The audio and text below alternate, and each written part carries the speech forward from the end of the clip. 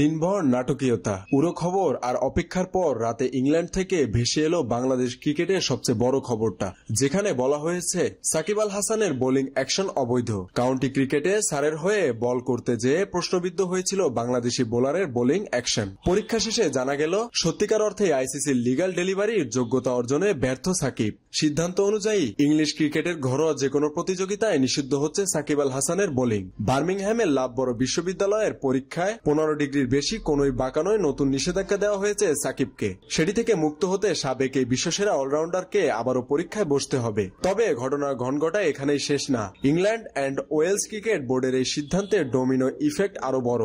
আইসিসির নিয়মের প্যাচ বলছে সাকিবের আন্তর্জাতিক ক্যারিয়ারেও পড়বে এর ধাক্কা। বাংলাদেশের জার্সিতেও বোলিং করার ক্ষেত্রে সাকিব আল হাসান পড়বে বাধার মুখে। ICC regulations for the review of bowlers reported with suspect illegal bowling action এর আইনে আটকে যাচ্ছেন সাকিব। আইনের 11.3 ধারায় বলা হয়েছে, একটি জাতীয় ক্রিকেট ফেডারেশন যদি কোনো বোলারকে তাদের নিজস্ব নীতিমালার অধীনে ঘরোয়া ক্রিকেটের বোলিং নিষিদ্ধ করে এবং সেই নিষেধাজ্ঞা যদি স্বীকৃত পরীক্ষাগারে মানসম্মত বিশ্লেষণ বিধি অনুযায়ী করা হয়, তাহলে সেই নিষেধাজ্ঞাকে আইসিসি আমলে নেবে এবং আন্তর্জাতিক ক্রিকেটে আরোপ করবে। একই অনুচ্ছেদের শেষ দিকে বলা হয়েছে, অতিরিক্ত কোনো আনুষ্ঠানিকতা ছাড়া সব জাতীয় ক্রিকেট ফেডারেশন এবং তাদের অধীনস্থ ঘরোয়া ক্রিকেটেও একই নোটিশ স্বয়ংক্রিয়ভাবে কার্যক্রম হবে। আইসিসি এবং জাতীয় ক্রিকেট ফেডারেশনগুলো সিদ্ধান্ত আরোপ ও কার্যক্রমের জন্য সব পদক্ষেপ বিধিসম্মতভাবে নেবে, যার অর্থ আগামী দিনগুলোতে সাকিবকে বিভিন্ন ফ্র্যাঞ্চাইজ লিগে নাও দেখা যেতে পারে। এমনটাই যদি হয়, তবে সাকিবের ক্যারিয়ারই প্রায় শেষ বলা চলে। কারণ চোখের সমস্যার কারণে প্রায় 1 বছর ধরেই সাকিবের ব্যাটে ধার নেই। বোলিংটাই ছিল তার কার্যকরী অস্ত্র। এবারে সেই অস্ত্রেও ধরা পড়েছে ত্রুটি।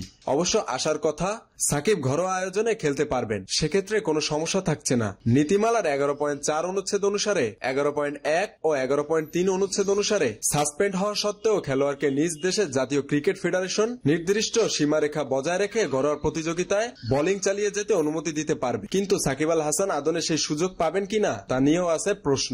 এর আগে দক্ষিণ আফ্রিকা সিরিজে নিজের শেষ টেস্ট খেলতে দেশে আসতে চেয়েছিলেন সাকিব, পারেননি 5ই আগস্ট পরবর্তী জনরোষের কারণে। বিপিএল এ অংশগ্রহণটাও তাই অনিশ্চিত তার জন্য, অনিশ্চিত ক্যারিয়ারের শেষ অধ্যায়টাও। মেহেদী হাসান বাপ্পি, খুলনা গেজেট।